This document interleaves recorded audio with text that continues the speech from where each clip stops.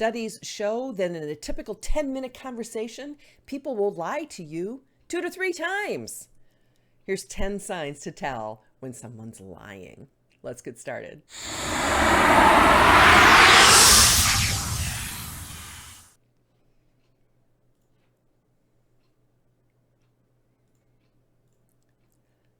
Good morning and welcome to Coffee with Colleen. I'm Colleen Hammond. I'm a former on-camera meteorologist for the Weather Channel, and now I am an executive image consultant, coach, and mentor. I teach people how to dress so that they look and feel like $1 million.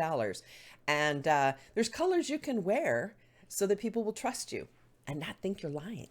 So that's a good way to start. How is everybody this morning? I hope everyone is having an amazing day. And you know what's interesting about lying is there's a couple of things. First of all, most people, 60% of people don't even realize, or actually 60% of people will just kind of like lie out of habit. And they don't even realize that until they go back and they look at the recording. If you show somebody a recording of that 10-minute conversation and that they kind of mistruthed a couple of times, 2 to 3 times, they didn't even realize they did it. And people lie for different reasons. Men and women lie on a regular basis. There's no difference between the percentages of how often women lie compared to how often men lie, but they lie for different reasons. Women lie to make the people that they're with feel better, and men typically lie to make themselves look better. So again, these are overarching generalizations, but in general, women lie to make other people feel better and men lie to make themselves look good. So, and you may have been in a conversation with somebody and they're like, I don't think they're telling me the truth, but you don't know specifically why. So I'm going to tell you why. I'm going to give you the 10 things that you are probably subconsciously picking up on and you don't even realize it. So keep an eye out for the following signs. Number 1, long pauses. Pauses where there shouldn't be pauses. And again, remember that body language is a sentence. So you can't know what someone's saying if you only pick one word out of the sentence. The same thing with the body language. It's the same thing with the list of 10 that we're covering right here. It may not be any one particular thing. I just breathed in something in my throat. I did this yesterday. Wow. And it's the spring. Okay, so it may not be any one particular thing. You have to look at body language as a sentence. And remember that you're looking for a collection of things. And also keep in mind that this could be based on somebody's temperament. So if you haven't taken the temperament class, you don't know what's your temperament. Do you know what temperament type you are? Are you left brain, right brain? Break it down into those 2 simple ones. And then it breaks down further into 4 main temperaments, and those break down further into 16 temperaments. So again, there's nature, nurture, that kind of stuff. So what's your temperament? You should know your temperament, first of all. And knowing the temperament of the person that you're speaking with is important too. Good morning, Lori. So long pauses. Now, some delay is normal. If you're asking somebody a question, they have to ponder. That's normal. But think of it this way. If I asked you, what were you doing 7 years ago today? You would pause, right? And you'd think, what was I doing 7 years ago today? I'm not quite sure. That was something that's worthy of a pause. But if I asked you 7 years ago today, did you rob a bank? No, you wouldn't even have to stop to think about that. So there are some questions that you ask or some things in conversation that are going to have natural pauses in them.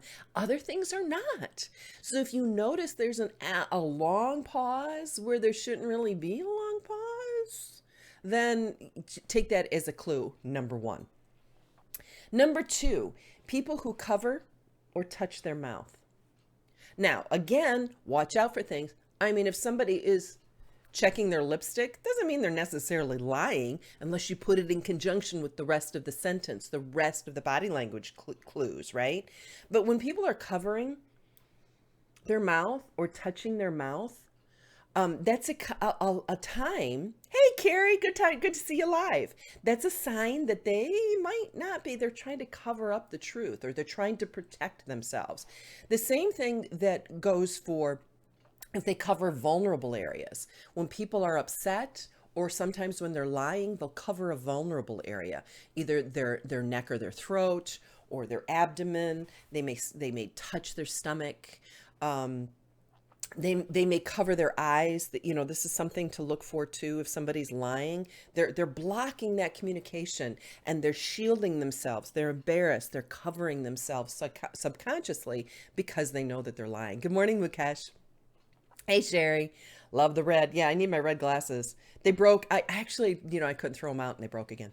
Number three, any hand to face type of activity or any facial activity. So people that are biting their lip, that's one indication. Sometimes people will bite their lip, or purse their lips, or pull in their lips like this if they want to say something and they're not saying something. But it's also a sign that somebody might be lying to you if they're doing one of these numbers. Or if they're touching like their ears or any part of their face or their nose.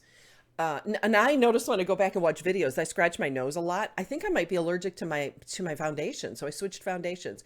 But again, you have to know the person, you have to know their temperament, you have to realize that, is this a natural tick that they do? Is this a natural fidget? Is this as part of their temperament or their personality? Or is it an indication that what they're telling me may not be the truth? See, because what happens is when your anxiety level increases, if you're telling a lie, it causes your blood to go to those parts of the body. If you're in stress or anxiety, the body tries to protect itself. So the blood will drain out of the head. So the ears may feel cold or itchy, or the nose may feel cold or itchy, or the lips. So that's why people will subconsciously touch, because their anxiety level, their blood pressure is increased, their anxiety level is increased. So those parts of the body may feel different. And that may be a subconscious thing that they're doing, is they're feeling those areas. Good morning, Monica. So number three is looking for any hand-to-face activity. Number four is grooming or fidgeting. That's kind of a nervous energy. Again, that comes when somebody's uncomfortable, their blood pressure goes up, and they may feel uncomfortable that they're lying to you.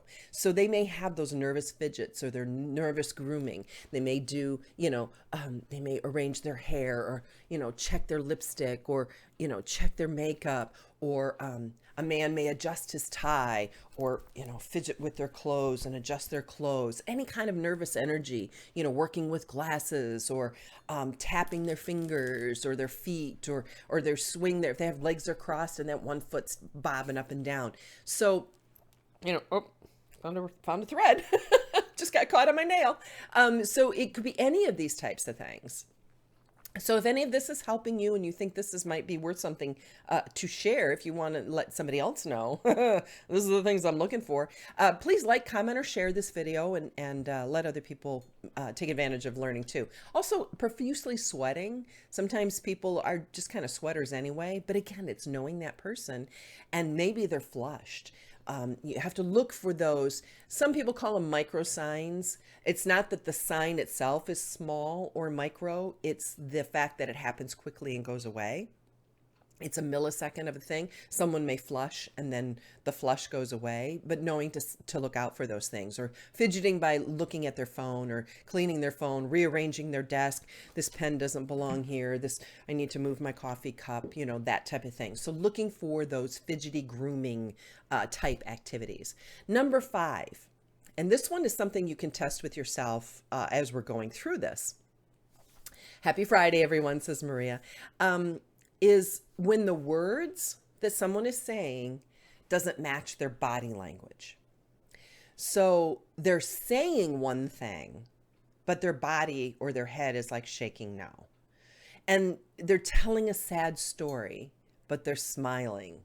And in the body language course that I teach, I show you videos of people, and one in particular that's really upsetting but displays this particular point really well, is there was a woman on the East Coast, and you may have remembered her from about 20 or 30 years ago, I think it's been now. And she was having an affair with this man, and the man that she was having the affair with didn't like her children. So she was really upsetting. She drove her children strapped in their car seats in the back of the car. She drove her car into a lake and then swam away from the car. And as she was being interviewed on the news, There was no signs of distress. There was no signs of anxiety on her face. Her face was very calm, and she was smiling as she kind of like, right at the end of the sentence, she was asked some questions. She goes, "It's just very upsetting that my children are gone." And there was this brief little smile. So what she was saying didn't match what her face was doing and her body language. So you can test this out on yourself right now. Say something that you know is true and shake your head no. "I love you very, very much." It's like hard to do. So, if you can test that out on yourself. I think her last name was Smith. That does that sounds like. My elder sister couldn't lie. She looks guilty like a 3-year-old. Somebody. But they're psychopaths. They don't have a problem lying, So when people say, "I'm not really a good liar," it's like, that's a good thing. So look for when somebody's body language and their head shaking doesn't match the sentence that they're saying. Now, the reason I say a sentence is somebody could say no or no because they're emphasizing the word. I think like yes. So it's an emphasis that doesn't match, but you have to look for a whole sentence and then look to see if the body language matches the sentence that they're saying. So that's number 5. Number 6, you remember that story, Fiona? Yeah, something was off. It's like that gut thing. It's that gut thing. I have that book, Janet. I've got all the books on all this stuff. Significant swallowing or throat clearing. And if it comes after somebody spoke, that's okay. But before somebody speaks, if you ask them a question and they start to speak and they clear their throat, part of it is that they're thinking and they need that extra time to think. But part of it also is that anxiety and stress level has gone up, so their mouth is drying out. So they need to swallow. They need to get some moisture back in their mouth. They need to clear their throat because their throat is starting to dry. So number 6 is any type of significant swallowing or throat clearing is an indication that somebody might be lying you. Number 7, if somebody gives too much detail, talk about eyes in just a second, Sherry, because that's actually, they've done a lot of research on eye movement. Too much detail. There's that little bug. This must be the one the friend of the one that I inhaled at the beginning of the show. Too much detail. When somebody provides too much information, answer the question that was asked, but when they give too much detail or they get too wordy in their responses, first of all, they're trying to convince you and themselves that this is something that's true. And second of all, they're trying to kill time to think of something else to bolster their story. So they're talking more than they need. They're giving you more information. Again, know them and know their temperament. Is that their temperament? Are they just a chatty Cathy? Are they more sanguine than others? So they may just be talking a lot, or they may try to be convincing themselves or other people. You'll also notice that they repeat phrases. So again, they're trying to convince themselves. They're trying to convince you by over-explaining. Jocelyn says she's an over-explainer. It's just what she does. That's her temperament. That's how she is, right? Number 8, if they get aggressive. And again, this boils back down to temperament. Fiona, actually, up and to the right, telling the truth, shifting to the left is lying. I'll talk about eyes in just a second. They've actually disproven a lot of that eye movement stuff. And that's just been a lot of recent research within the past 5 to 10 years. Because that's how I used to teach it, but all the research coming out. I'll talk about eyes in just a second. So number 8 is aggression, raising of the voice, pointing, getting in your face, and long eye contact without blinking. If somebody gives you too much eye contact and they don't blink, doesn't that feel a little uncomfortable? My eyes are drying out. So we have to watch that type of thing. If somebody's giving you too much eye contact or staring you down or leaning in aggressively, and again, this will match their temperament. So you have to know their temperament. That just may be how they are. When they're making a point, they may get loud and aggressive and point at you and stare at you longer. Or if it doesn't match their temperament, they might be lying. Now, number 9, eye movement. All right, here's the eye movement thing. You have to know that particular person's eye pattern. The more study they did, they realized that if somebody was right-handed or left-handed, If they look to the left, when they were thinking about auditory, they might look to the right if they were left-handed, or up and to the left may be thinking, or up and to the right might be. So the more study they did, the lower the percentages went on consistency. But what you can find out about somebody if they're lying is knowing their eye pattern. So you have to, but there's one thing that's true for all liars, and I'll get to that in just a second with eye movement. But you need to know their particular eye pattern for it to be consistent. So that's why all these studies, a lot of people aren't sure. There used to be, 9 different, well, actually, 6, 7, 8. There used to be 8 different specific eye patterns. Up meant one thing, down meant one thing, directly to the left, directly to the right, up and to the left, up and to the right, down and down. There was like each eye direction had a specific thing. If you're remembering a visual memory, an auditory memory, if you're thinking about something. And then they started finding out that people like, oh, they're thinking about something. Are they thinking about it, or are they thinking about a lie? So then they started breaking that down even further. And now they've just discovered that eye patterns are not consistent. And they think that has a lot to do that we become such a visual society, watching television so much that we're starting to look away because of the blinking lights, and it's disrupted that pattern, that eye pattern. So here's the one thing to look for if somebody's lying. And this is true across all temperaments, all people, all left-handed, right-handed, or whatever. If they're lying, they will look toward an escape route. They'll glance toward the door if they're lying. No matter where that door is, if you pay attention to where a door is, and this comes into number 10 as well. So number 9 is looking at their eye movement. If it's different than normal, if the eye contact is longer than normal, if the eyes are less than normal, if they're covering the eyes, this all comes into play. The one thing that's consistent is they're looking for an escape route. So if they look toward the door, it's a good sign they might be lying. Number 10 is preparing for an escape. If their feet, one foot or both feet, are pointed away from you, that means they want to get away from you. If they're pointed toward the door, that's one indication that they might be lying to you. Isn't this great stuff? If they angle their body, if they're talking to you and they angle their body toward the door, you can tell where the door is. My office door is right over here. If they angle their body toward the door, if they're sitting in a chair and their legs are crossed and they move away from the table and they point their knees or their feet toward the door. Anything eye movement, body movement, hand movement, feet movement especially. Now, the further away from your brain that a body part is, the harder it is to lie with that particular body part. So the hands, sort of, but especially the feet are very difficult to lie with. So that's kind of where I start. I look at somebody's face and then I glance at their feet. And you can tell a lot about a person about what's going on below their knees. So what's happening from the knees on down, you can tell a lot about what's going on up here.